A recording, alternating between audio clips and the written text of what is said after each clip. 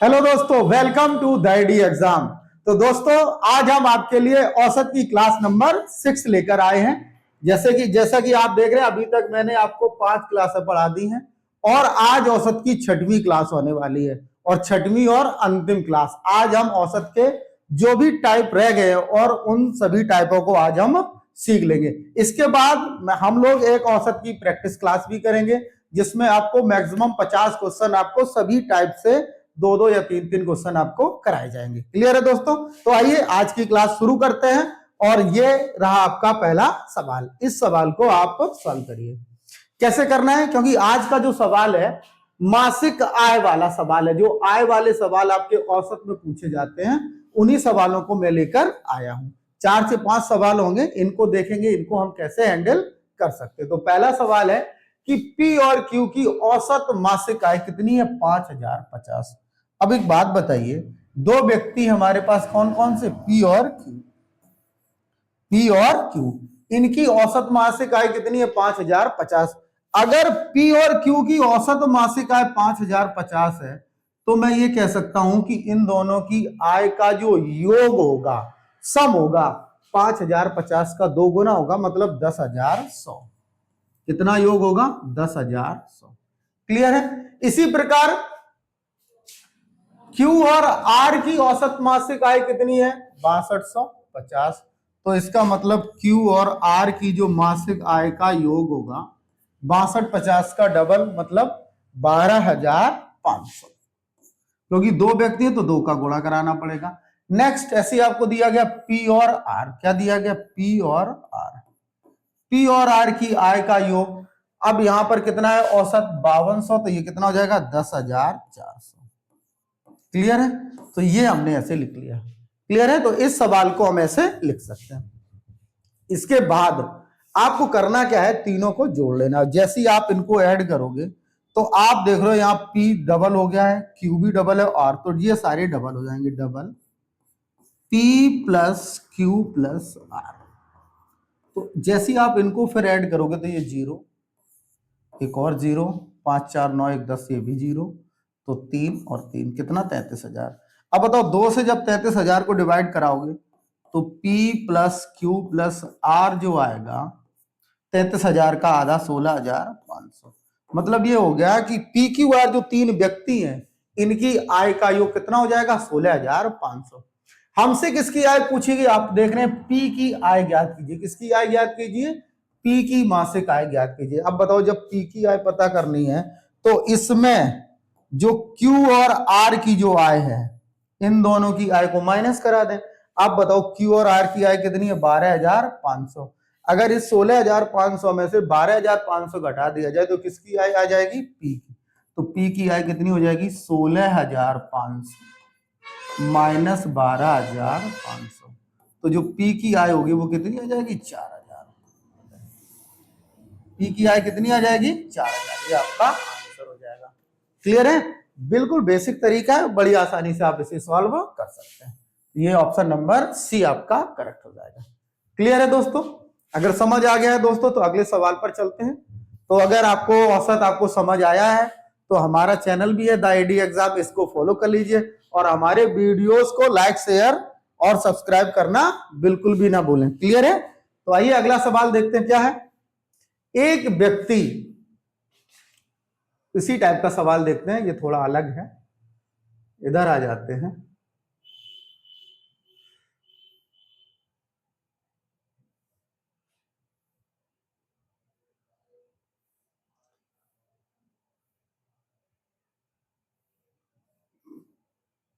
ये देख लीजिए, ये भी वही है, नाम बदला है केवल, इसका भी आंसर 4,000 होगा। क्लियर? दूसरा सवाल चेक करते हैं, कोई दूसरा हो, जैसे ये सवाल। ठीक है? क्या लिखा है? एक समूह के 19 सदस्यों का औसत मासिक वेतन 16,000 रुपए है। मतलब एक समूह में कितने लोग हैं? 19। इनका जो औसत मासिक वेतन है वो कितना है? 16,000। ठीक है? 19 लोग हैं तो औसत मासिक वेतन कितना है? 16,000। यदि एक और सदस्य जिसका वेतन 20,000 है समूह में शामिल हो जाता है, मतलब इसमें एक व्यक्ति शामिल हो जाता है जिसका औसत कितना है? 20,000। ये शामिल हो गया और जैसे ही ये शामिल हुआ तो बताइए समूह का औसत वेतन कितना होगा। अब बताओ एक व्यक्ति शामिल हुआ तो अब हमारे पास व्यक्ति टोटल कितने हो गए 20। अब अगर हम चाहें तो यहां से 19 गुणे 16 करा के टोटल इनकम इनकी निकाल लें, फिर उसमें 20,000 जोड़कर 20 से भाग दे दे, हमारा आंसर आ जाएगा। लेकिन कल की क्लास में, कल और परसों की क्लास में जो हम सीख रहे हैं वो क्या है कि अगर ये 20,000 की बजाय जो नया व्यक्ति है, अगर यह 16,000 ही इसकी आय होती तो औसत में कोई परिवर्तन नहीं होता, क्योंकि औसत कितना है 16,000। अगर जो नया व्यक्ति आया है यह भी 16,000 कमा रहा होता तो इसके औसत में कोई परिवर्तन नहीं होगा। क्लियर है। अब बताओ ये कितना ज्यादा कमा रहा है 16,000 से 4,000, तो इसका मतलब अब इसी 4,000 की वजह से औसत बदलेगा। और ये 4,000 कितने लोगों में कन्वर्ट डिवाइड होगा 20 में, तो 20 का भाग दे दिया इसमें। जैसे ही हमने 20 का भाग दिया तो कितना आ गया 200। इसका मतलब है जो पहले औसत था उस औसत में कितने की वृद्धि हो जाएगी 200 की। तो पहले औसत 16,000 था, 200 बढ़ जाएगा तो नया औसत कितना हो जाएगा 16,200। कितना हो जाएगा 16,200। क्लियर है दोस्तों। अगर ये सवाल आपको समझ आ गया है तो हम आगे बढ़ते हैं। और ऐसे ही तरीके जानने के लिए, ये बहुत ही आसान सवाल था, बहुत जल्दी आप लगा भी सकते हैं। ऐसे ही अगर आपको तरीके सीखने हैं तो हमारे चैनल द आईडी एग्जाम को आप फॉलो कर लीजिए। क्लियर है। आगे बढ़ते हैं। अगला सवाल क्या है ये देखते हैं। देख लीजिए इसको भी, क्या लिखा है। एक व्यक्ति पहले 5 महीने का औसत खर्च कितना है 1200, या खर्च दिया गया तो पहले 5 महीने में कितना खर्च करता है 1200। अब बताइए अगर पहले 5 महीने में 1200 खर्च की है, इसका मतलब उसका टोटल 5 महीने तक खर्चा 12 पंचे 60 6,000 होगा। इसके बाद अगले 7 महीने का खर्च कितना है 1300, औसत खर्च 1300, तो टोटल खर्चा कितना हो जाएगा 13 सत्ते 91। कितना हो जाएगा 13 सत्ते क्या, मतलब कुल मिलाकर उसने 12 महीने में जो खर्च कर लिया पैसा, 12 महीने का जो खर्च है वो आप जोड़ सकते हैं, तो टोटल खर्चा ये हो जाएगा उसका 12 महीने का 15,100 रुपए उसने 12 महीने में क्या कर लिए खर्च। ये आपको दिया गया है। ठीक है। इसके बाद क्या गया, यदि वह उस वर्ष मतलब खर्च के अलावा 2,900 रुपए की क्या करता है बचत भी करता है, तो बताओ उसने बचत भी कर ली उसी वर्ष कितने की 2,900 की। अब बताइए अगर उसने 2,900 की बचत कर ली, ये खर्च है आपका एक्सपेंडिचर है, ये सेविंग है, अगर इन दोनों को हम जोड़ दें तो उसकी आय आ जाएगी पूरे वर्ष की, तो ये पता चल जाएगा कि उसने पूरे वर्ष में कितना पैसा कमाया। तो आप इसे जोड़ लीजिए 0,0,0,8 इसका मतलब उसने पूरे साल में कितना पैसा कमाया 18,000 रुपए कमाए एक साल में। तो क्या पूछा गया, तो उसकी मासिक औसत आय ज्ञात कीजिए। क्या ज्ञात कीजिए मासिक औसत आय। अब मासिक पूछा गया, ये वार्षिक है क्योंकि 18,000 पूरे वर्ष का है 12 महीने का। तो आप बताइए अगर 18,000 रुपए उसने 12 महीने में कमाए हैं तो 12 का भाग देकर एक साल की आय निकाल लें। 12 एकम 12, 12 पंचे 60, तो एक महीने की इनकम कितनी होगी उसकी 1,500 रुपए। कितनी हो गई 1,500 रुपए उसकी क्या होगी मासिक आय। तो ये ऑप्शन नंबर डी आपका करेक्ट हो जाएगा। क्लियर है। तो ऑप्शन नंबर कौन सा हो जाएगा डी। अगले सवाल पर चलते हैं। अगला सवाल है, देखते हैं जरा, ये सवाल देख लीजिए। ऐसे सवालों में हम लोग हमेशा एलिगेशन प्रयोग करते हैं। क्या प्रयोग करेंगे, ऐसे सवालों में हमेशा एलिगेशन लगाएंगे। आइए देखते हैं कैसे कैसे लगाएंगे। क्या लिखा हुआ है, एक कार्यशाला में सभी श्रमिकों का औसत वेतन 8,000, मतलब जितने भी श्रमिक हैं सबका औसत कितना है 8,000। तो अब जो श्रमिक होंगे वो दो भागों में बटे होंगे, कुछ टेक्नीशियन होंगे, कुछ कर्मचारी होंगे, या कुछ वरिष्ठ अधिकारी होंगे, कुछ कर्मचारी होंगे। अब उसमें से क्या क्या आ गया कि 7 टेक्नीशियन का औसत वेतन 12,000 है। मतलब ये जो टोटल जो कर्मचारी हैं इसमें कुछ टेक्नीशियन है। क्या है टेक्नीशियन है। क्या है टेक्नीशियन है, और इनका औसत कितना है 12,000। और जो टेक्नीशियन वो है कितने 7, तो ये पता चल गया, मैं बताया है। और शेष कर्मचारी मतलब जो भी शेष कर्मचारी हैं, ये पता नहीं शेष कितने हैं, जो शेष कर्मचारी हैं उनका औसत कितना है 6,000। अब बताओ ये औसत दो भागों में बटा हुआ है। पहले कर्मचारी हैं वो दो भागों में बढ़ते हैं, एक टेक्नीशियन है और एक शेष कर्मचारी। जो टेक्नीशियन है उनका औसत 12,000 है आय का, और जो शेष कर्मचारी वो कितना कमाते 6। लेकिन जब सभी कर्मचारियों को मिला दिया जाए तो उसने बोला है सभी का औसत कितना है 8,000, तो 8,000 यहाँ लिख लेना।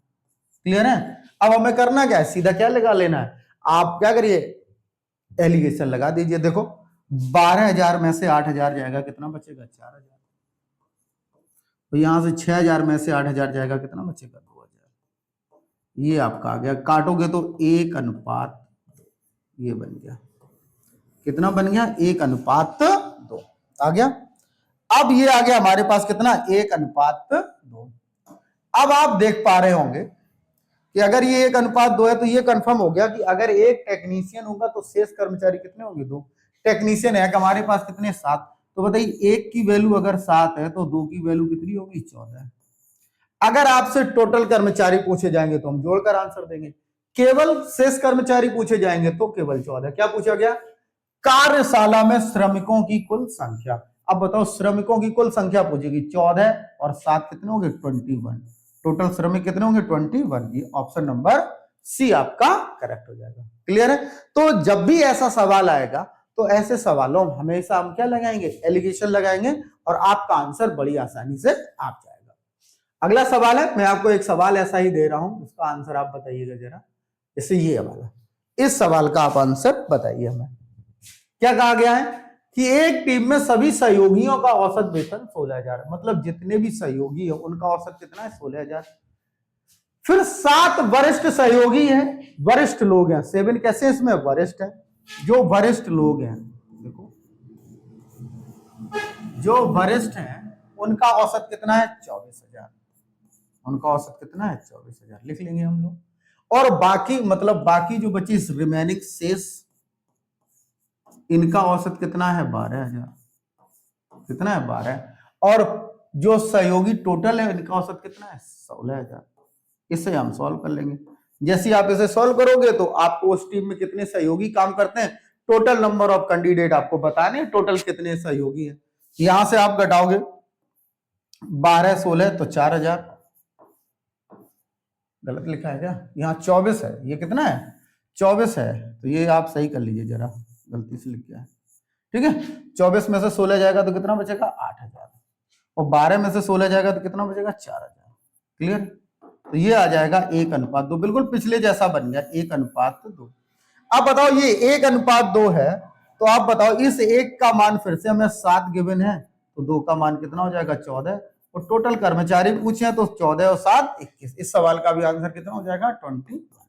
क्लियर है? तो कभी भी अगर ऐसा सवाल आएगा तो ऐसे सवालों को अगर आप एलिगेशन के थ्रू सॉल्व करेंगे तो बड़ी आसानी से आपका आंसर आ जाएगा। ये 24 है। ठीक है, चलो आगे बढ़ते हैं, अगला सवाल देखते हैं। अगला कोई और होगा तो आप बता देंगे। अभी ये देख लीजिए, इस सवाल को लगाइए जरा, ये भी आय और व्यय से ही रिलेटेड है। क्या है, एक आदमी 6 महीने में जितना कमाता है उतना 8 महीने में खर्च कर देता है।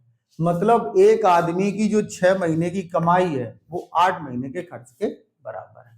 बताओ, इसका मतलब मैं ये कह सकता हूं एक व्यक्ति की जो इनकम है कितने महीने की, 6 महीने की इनकम है, उसके एक्सपेंडिचर के 8 महीने के बराबर है। बताओ, तो इसका मतलब क्या हुआ, तो इनकम बटे एक्सपेंडिचर बराबर 8/6, और सॉल्व करोगे तो 4/3। अगर यह व्यक्ति एक महीने में 4 रुपए कमाता है तो 3 खर्च करता है। बताओ, यही तो रेशियो बना जाके। अगर आप रेशियो की बात करो तो यह व्यक्ति एक महीने में 4 रुपए कमाता है, 3 खर्च कर देता है, तो एक महीने में इसकी बचत कितनी होगी, एक महीने में बचत कितनी होगी 1। क्लियर है?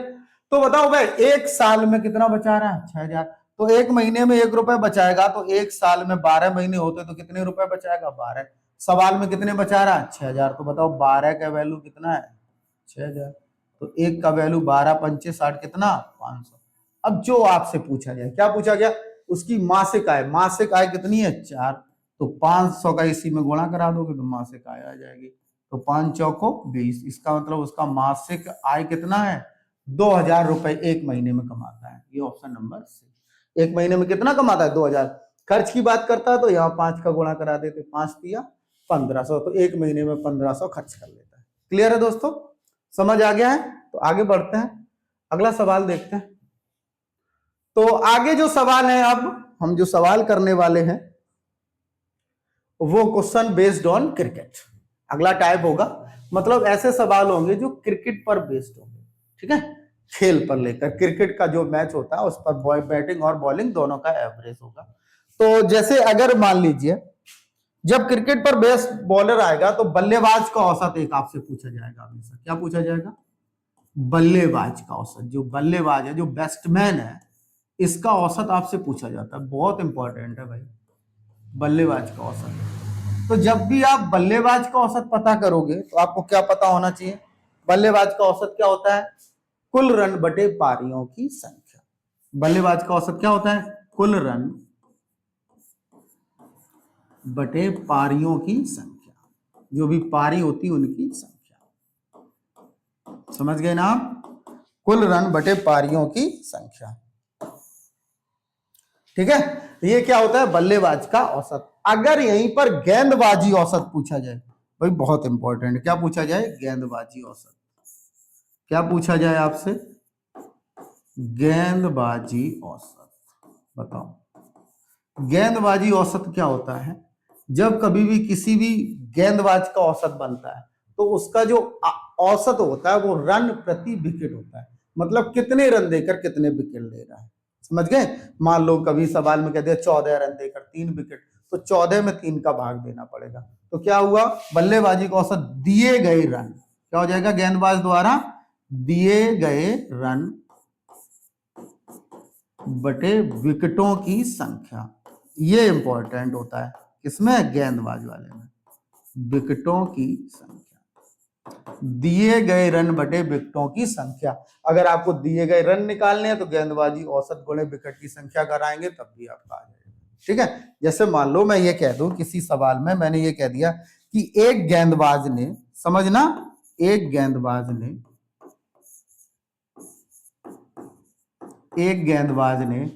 40 रन देकर 5 विकेट लिए। ये सवाल आ गया, कितने विकेट लिए? एक गेंदबाज ने 40 रन देकर 5 विकेट लिए, तो उस गेंदबाज का औसत कितना, मतलब इकोनॉमी रेट पूछा जाता है। अब बताओ रन कितने दिए उसने? 40, विकेट कितने लिए? 5। तो इसका जैसे ही आप गेंदबाज का एवरेज निकालोगे, कितना आ जाएगा सर? 40 रन दिए 5 विकेट लेकर, तो कितना आ जाएगा? 8 रन प्रति विकेट। ऐसे इसका औसत होता है, 8 रन प्रति विकेट। ऐसे हम औसत निकालेंगे इसका, गेंदबाजी औसत का। क्लियर है दोस्तों? तो आइए तो फिर सवालों की शुरुआत करते हैं। तो ये रहा आपका पहला सवाल जो बल्लेबाज औसत वाला दिया गया है। पहले आप लोग डायरेक्ट भी समझेंगे, फिर मैं आपको बेसिक भी समझा दूंगा। क्या लिखा? एक बल्लेबाज ने 12वीं पारी में 120 रन बनाए। इसका मतलब 12वां मैच खेलने गया होगा। कितने रन बनाए उसने उस पारी में? 120 रन बनाए, और इस प्रकार उसका रन औसत 5 बढ़ गया। अब बताओ, अगर औसत 5 बढ़ गया, औसत का मतलब है तो इसने सभी पारियों के लिए 5-5 रन बनाए होंगे, मतलब 12 पारियों के लिए 5-5 रन, तभी तो औसत 5 बढ़ा होगा। ऐसा तो है नहीं कि केवल 12 पारी में 5 रन एक्स्ट्रा बढ़ा दिए तो औसत, जो पिछली 11 पारियों में उन सभी के लिए भी तो उसने 5-5 रन एक्स्ट्रा बनाए होंगे, तभी उसका औसत रन बनेगा 5। क्लियर है?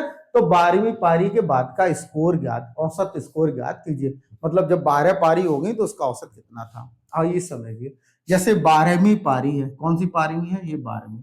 उसने रन कितने बनाए? 120। कितने बनाए? 120। अब बताइए, अगर उसका औसत 5 बढ़ा था, उसका औसत कितना बढ़ा है? औसत में कितने की वृद्धि हुई है? 5 की। इसका मतलब क्या हुआ? उसने इन सभी 12 पारियों के लिए 5-5 रन एक्स्ट्रा बनाए होंगे। फिर बताओ, इन सभी 12 पारियों के कितने रन एक्स्ट्रा बनाए? 5-5। तो 12 पंचे 60, कितने रन एक्स्ट्रा बनाए? 60। अगर हम इसमें से 60 घटा दें तो बचेगा कितना? 60। इसका मतलब क्या हुआ? अगर वह केवल 60 रन ही बनाता तो उसके औसत में कोई परिवर्तन नहीं होता। नहीं समझे आप? देखो 12 पंचे 60 रन एक्स्ट्रा बनाए तो हमने 60 घटा दिए। हमने मान लिया वह 60 घटाओगे तो 120 में बचेगा भी 60। अगर वह अपनी 12वीं पारी में कितने रन बनाता? केवल 60 रन बनाता तो उसके औसत में कोई परिवर्तन नहीं होता, मतलब ये उसका पुराना औसत होता। बताओ, 11 पारियों वाला औसत पुराना औसत होता। अब क्या हुआ? औसत कितना बढ़ गया है? 5। औसत तो 12वीं पारी के बाद मतलब नया औसत बताना है। अगर 5 औसत बढ़ गया है तो 5 इसी में जोड़ दो तो नया औसत कितना हो जाएगा 65। ये आपका आंसर ऑप्शन नंबर डी आपका करेक्ट हो जाएगा। क्लियर है दोस्तों? अगर समझ आ गया तो बहुत अच्छी बात है। ये एकदम बहुत ही शानदार सवाल है और बहुत ही शानदार तरीका भी है सवाल लगाने का। क्लियर है? अगर आपको इसका बेसिक चाहिए तो मैं आपको साइड में बेसिक बता दे रहा हूं। आइए जानते हैं बेसिक कैसे लगाया जाएगा। ठीक है, तो थोड़ा साइड कर लेते हैं सवाल को और इसे का बेसिक सॉल्व करते हैं। ठीक है, थोड़ा छोटा कर लें। अच्छा, समझ में आ ही रहा होगा। ठीक है, अब देखो इसका बेसिक क्या होगा। सबसे पहले हमें क्या करना पड़ेगा, हमें मानना पड़ेगा कि इनकी पारियों का औसत कितना था, क्योंकि 12 पारी हैं तो 11 पारियों का कुछ औसत मान लेते। तो हम मान लेते, माना 11 पारियों का औसत x था, तो टोटल रन कितने हो जाएंगे 11x। बताइए होंगे कि नहीं? और अब पारी कितनी है 12, औसत 5 बढ़ गया तो अब नया औसत कितना हो जाएगा x + 5। बताओ होगा? पारी 12 है तब औसत कितना है 5 ज्यादा तो x + 5। अब टोटल रन कितने होंगे 12 × x + 5। बताओ ऐसे लिख पाएंगे कि नहीं? अब जो टोटल रन होंगे वो कितने होंगे 12 × x + 5। इतना क्लियर है? अब बताइए ये 12 पारियों के रन है, ये 11 पारियों, तो इसमें एक पारी का डिफरेंस है जो कितना का है 120 का। अगर इसमें से इसे घटा दिया जाए तो 120 मिलना चाहिए, घटा दीजिए तो 12 × x + 5 - 11x = 120। तो कितना हो जाएगा 12x + 12 पंचे 60 - 11x = 120। ये घटेगा तो x बचेगा, तो 60 उस तरफ घट जाएगा, कितना बचेगा 60। ये x का मान आ गया, यहां पर रख दीजिए। तो इसका मतलब 11 पारियों मतलब पुराना औसत कितना था 60। पुराना औसत, नया औसत पूछा गया था, नया औसत ये है 12वीं पारी का, तो 60 + 5 कितना हो जाएगा अपना 65। इस तरीके से हम बेसिक लगा सकते हैं, लेकिन ऐसा नहीं कि ये भी मेथड बहुत अच्छा है, आप इसे सीख सकते हैं। क्लियर है दोस्तों? चलिए अगले सवाल पर चलते हैं। ऐसा ही कोई दूसरा सवाल भी होगा, ये रहा आपके लिए। क्लियर है? हाँ, इसे लगाइए आप, इसे बताइए, उसी तरीके से आपको बताना है। ठीक है, तो क्या कहा गया, एक क्रिकेट खिलाड़ियों के 11 पारियों का औसत रन 23 है। देखो 11 खिलाड़ियों का औसत 23 है, यदि पहले खिलाड़ी ने 113 रन बनाए तो शेष खिलाड़ियों का औसत, ये दूसरा सवाल है। पहले हम उसी सवाल को सॉल्व करते हैं जो इस तरीके का था। ठीक है, उसी तरीके का सवाल लाते हैं ढूंढकर। अरे रुक जाओ भाई,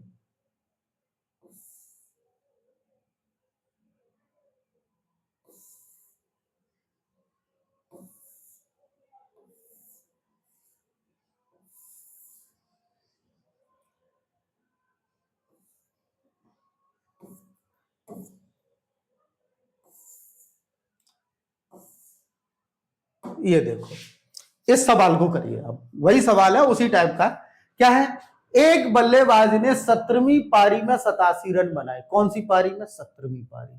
मतलब जैसी वह 17वीं पारी खेलने गया कितने रन बनाए 87, और उस तरह उसका औसत 3 बढ़ गया।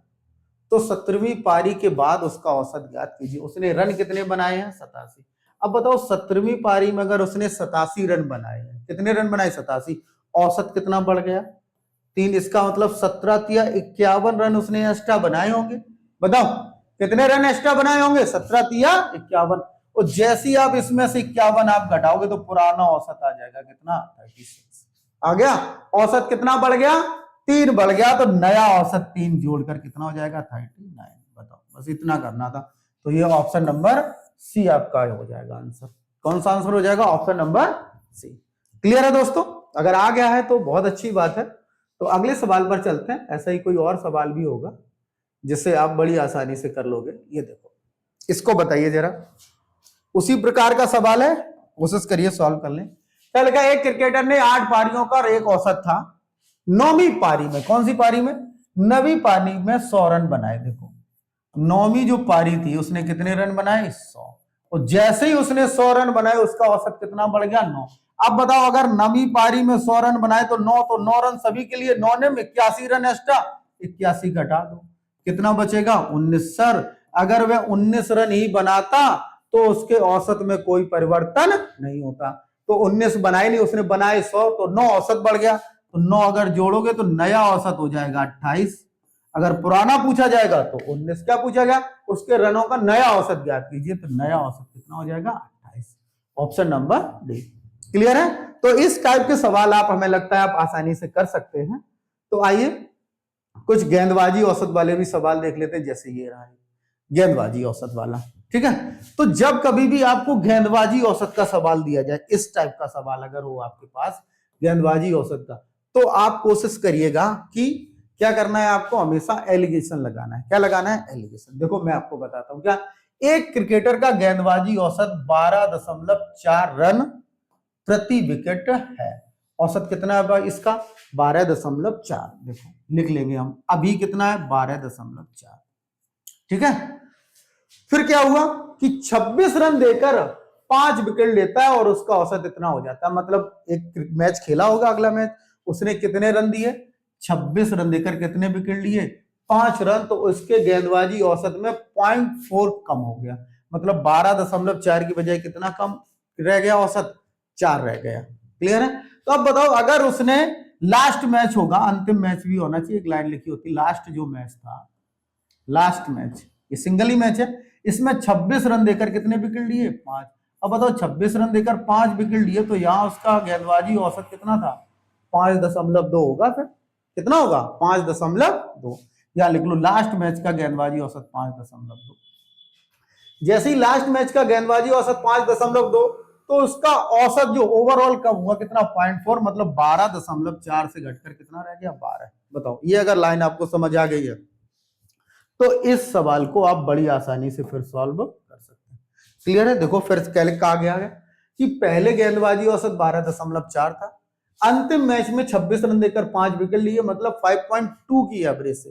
देखो क्या होता है कि गेंदबाज का जितना औसत कम होगा उतना ही अच्छा गेंदबाज होगा, और बल्लेबाज के केस में उल्टा होता है, जितना बल्लेबाज का औसत ज्यादा होगा वह अच्छा बल्लेबाज होगा। गेंदबाजी औसत में उल्टा होता है, गेंदबाज का औसत कम होगा, इकोनॉमी रेट कैसा होगा? कम होगा, तो वह उतना ही अच्छा गेंदबाज होगा। ठीक है, तो औसत कम हो गया, औसत कितना रह गया? 12। अब हमें लगाना है एलिगेशन। जैसे ही आप एलिगेशन लगाओगे आपका आंसर आ जाएगा। देखो 12 और 12 तो कितना? 0.4 आएगा। 5.2, 12 में से देखो पहले 5 घटाओगे 7.2, तो 6.8 आएगा। ये दशमलव से दशमलव, तो 17:1। बताओ 17 चौको 68 हो गया। तो इसका मतलब क्या है? लास्ट पहले आपके उसके 17 विकेट थे, पहले कितने विकेट थे? 17। अंतिम मैच में कितने विकेट लिए उसने? 5। बताओ, इसी एक का वैल्यू अगर 5 है तो 17 की वैल्यू कितनी हो जाएगी? 85। अब सवाल के ऊपर डिपेंड करता है आपसे पूछा क्या गया है। देखो क्या पूछा गया, आखिरी मैच तक, मतलब जो लास्ट मैच तक उसके द्वारा लिए गए विकेटों की संख्या ज्ञात कीजिए। अब बताओ, लास्ट मैच तक अगर विकेटों की संख्या पूछेगी तो लास्ट मैच तक तो उसके विकेट कितने थे? ये 85 विकेट थे लास्ट मैच तक। अगर टोटल पूछता तो कितने हो जाते? 90। हमसे पूछा गया लास्ट मैच तक उसके विकेटों की संख्या, तो कितनी? 85। तो ऑप्शन नंबर बी आपका करेक्ट हो जाएगा। क्लियर है? तो कभी भी इस टाइप का सवाल होगा तो कोशिश करेंगे आप क्या लगाएंगे? एलिगेशन लगाएंगे, और आपका आंसर आसानी से आ जाएगा। देखिए जरा, मैं एक सवाल और लेकर आया हूं आपके लिए इसी टाइप का, उसे करते हैं आप लोग। उसे करेंगे तो आपको लगेगा कि ये बढ़िया है, और कर भी लेंगे। ठीक है, ये देखिए जरा, इसको देखिए जरा, ये है आपका, देखो क्या लिखा हुआ है, एक क्रिकेटर जिसका गेंदबाजी औसत 24.85 है। कितना है? 24.85। तो अभी औसत कितना है? 24.85। क्लियर?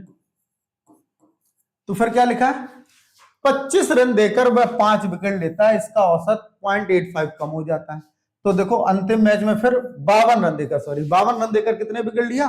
तो यहां पर लास्ट मैच जब वह खेल रहा होगा, लास्ट मैच में, लास्ट मैच की ये कंडीशन है कि 52 रन देकर 5 विकेट, तो 52 में अगर आप 5 का भाग दोगे तो कितना आ जाएगा? 10.4। तो लास्ट मैच का एवरेज उसका कितना है? 10.4। ठीक है, तो जैसे ही वह 10.4 की गति से 5 विकेट ले लेता है तो उसके औसत में 0.85 की कमी आ जाती। जो औसत 24.85 था वो कितना रह जाता? केवल 24। बस लगा दीजिए एलिगेशन और अपना आंसर निकाल लीजिए। इस तरीके से आपका आंसर, देखो यहां घटाओगे तो 0.85 ही आ जाएगा। ठीक है, और ये 10 घटाओगे तो 14.4 और तो 13.6। ठीक है, तो इसको जब आप काटोगे तो यहाँ देखो 17 से कट रहा है, तो ये 0 हटा के यहाँ एक दशमलव लगा लो, ये दशमलव, क्योंकि वहां 2 थे यहाँ पर 1 बचेगा। ठीक है, तो काटोगे 17 पंचे 85, 17 अट्ठे 136, तो कितना आ जाएगा 80:5। मतलब चाहो तो आप लिख सकते हो 1:16, यही बना रहेंगे, क्योंकि अंतिम मैच ने उसने कितने विकेट लिए 5। तो अगर बताओ 5 की वैल्यू 5 है तो 80 की वैल्यू भी कितनी होगी 80। तो क्या पूछा गया, अंतिम मैच तक उसके द्वारा लिए गए विकेटों की संख्या। तो अंतिम मैच तक उसने कितने विकेट लिए थे 80, तो आंसर हो जाता। टोटल विकेटों की संख्या पूछी होती लास्ट मैच तक 80 और 5 कितना हो जाता 85। क्लियर है, तो इस टाइप के सवाल को इस तरीके से अगर आप लगाएंगे तो बड़ी आसानी से आप इसे सॉल्व कर लेंगे। तो अगले सवाल पर चलते हैं, अगला टाइप देखते हैं, और एक और सवाल आ सकता है ऐसा।